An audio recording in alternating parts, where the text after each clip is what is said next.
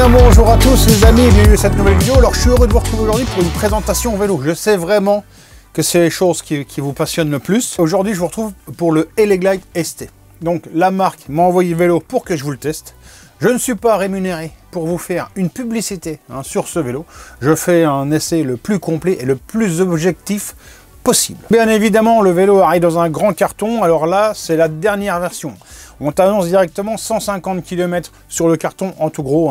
Bon, alors après, comme d'habitude, les autonomies, c'est vraiment à prendre avec des pincettes, suivant le poids du pilote, etc.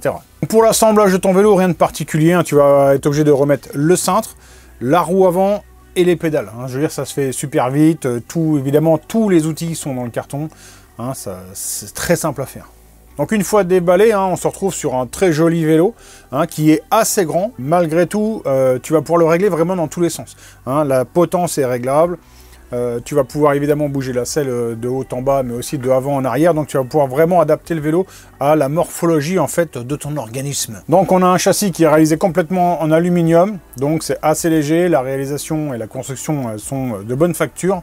Donc encore une fois, là, de ce côté-là, il n'y a pas de point négatif. Alors sur le poste de pilotage, tu retrouves un cintre assez plat, des poignées en caoutchouc qui sont relativement confortables avec ce qu'il faut pour te tenir la paume de la main. Alors tu vas retrouver un écran LCD, il n'est pas en couleur, en revanche il est super lisible. Alors là on voit qu'on a une jauge de puissance moteur. Ok. Donc là ça repart bien. Alors on est sur un vélo avec moteur pédalier. Alors c'est un petit peu différent.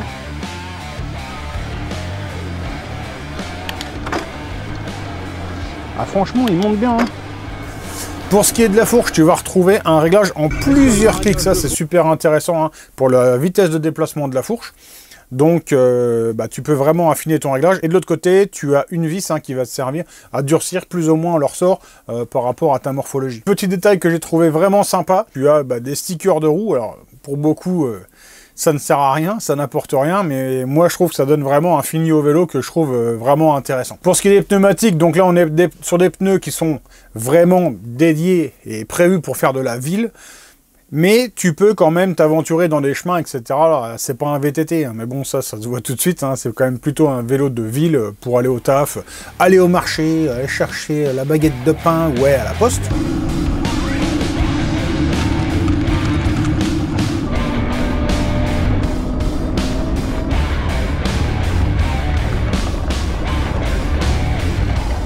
Pour l'avant et l'arrière, tu retrouves un freinage à disque qui va être hydraulique. Donc ça apporte encore du sérieux sur le vélo. C'est endurant, c'est performant, ça c'est vachement bien. Alors, grosse particularité sur ce vélo, c'est assez rare, on a un moteur pédalier. Alors là, c'est une sensation complètement différente entre un moteur roue et un moteur pédalier. Le moteur roue, en fait, ça a un espèce d'effet turbo. Tu vois, quand tu accélères, tu sens vraiment le truc qui te pousse. Alors que le moteur pédalier, tu as l'impression en fait que tu es tout simplement en train de pédaler et que tu arrives dans une descente. En fait, ça te donne une sensation de facilité de pédalage, mais tu n'as pas cette sensation en fait de moteur qui te pousse. C'est un vélo que j'ai pas pu passer au banc, parce qu'on n'a pas de gâchette d'accélérateur, donc tout simplement j'ai pris ma côte repère et je suis allé voir un petit peu ce que ça donnait. Franchement, il monte bien. Moi, aucune difficulté. Le vélo repart super bien dans la côte, c'est très vif. Quand tu vas t'arrêter dans une montée, rien que le fait de te mettre, entre guillemets, en danseuse sur la pédale et de pousser, le vélo démarre tout de suite. Ça, c'est remarquable.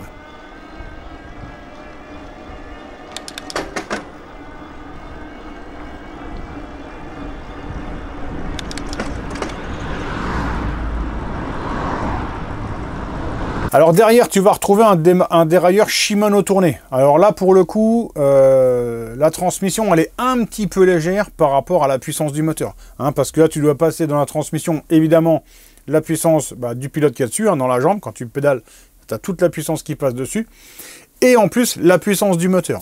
Donc là, on sent derrière que ça claque assez fort quand tu changes les vitesses, tout simplement, parce que on arrive vraiment au taquet en fait, de ce que peut supporter la transmission.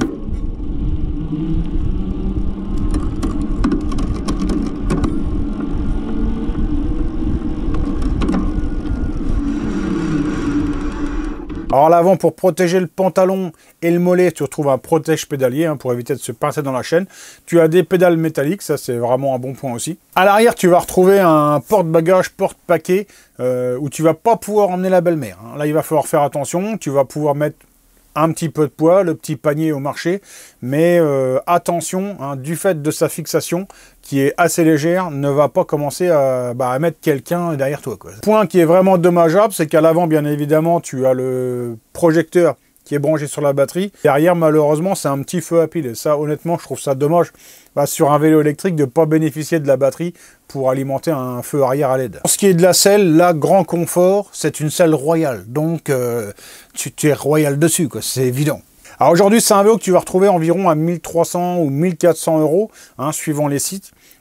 Pour un vélo à moteur pédalier, ça reste un prix très contenu. Ce vélo-là, c'est ma mère qui l'a pris. Elle en a essayé plusieurs, j'en avais plusieurs ici à disposition. Et elle aime pas du tout la sensation du moteur roue qui pousse assez fort. Elle préfère vraiment le naturel en fait du moteur pédalier. Donc du coup, je lui ai fait petit cadeau et puis voilà quoi. Un petit bilan, qu'est-ce que ça donne? Pour moi, il y a un petit point à modifier, ce serait le feu arrière qu'il faudrait quand même pouvoir brancher sur la batterie. Ça, le constructeur, je pense qu'il peut le faire assez facilement. Et après, les points positifs, c'est évidemment tout le reste. C'est un vélo qui est super bien conçu, qui roule super bien. Moi, j'ai trouvé qu'il avait une relativement bonne autonomie. Là, tu vois, on t'annonce 150 km. Bon, en général, moi, je divise par deux ce qu'on m'annonce et je suis relativement dans les clous. Et les deux points vraiment forts pour moi, en fait, c'est le dynamisme du moteur. Dès que tu appuies sur la pédale, pof, le vélo part. Et aussi le couple du moteur. Dans les côtes, pas de problème pour monter la côte. Si tu te mets en assistance 5, le truc, il tracte assez fort. J'allais oublier de te donner la petite note. Donc aujourd'hui, chez moi, le vélo a 14,08, donc une très bonne note. Si le vélo te plaît, écoute, tu peux te faire plaisir. Je pense que c'est un bon véhicule.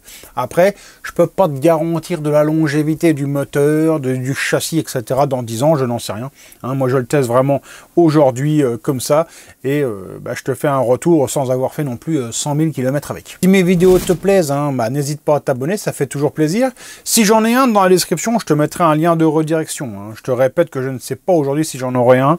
Je ne sais pas si j'aurai un code promo, mais bref, si j'ai tout ça dans la description, comme d'habitude, tu connais. Puis voilà, je pense qu'on a fait le tour. Écoute, merci si tu as été jusqu'au bout de la vidéo. Je te souhaite de passer une bonne fin de journée, une bonne soirée. On se retrouve très bientôt pour une prochaine vidéo. Ciao, bye!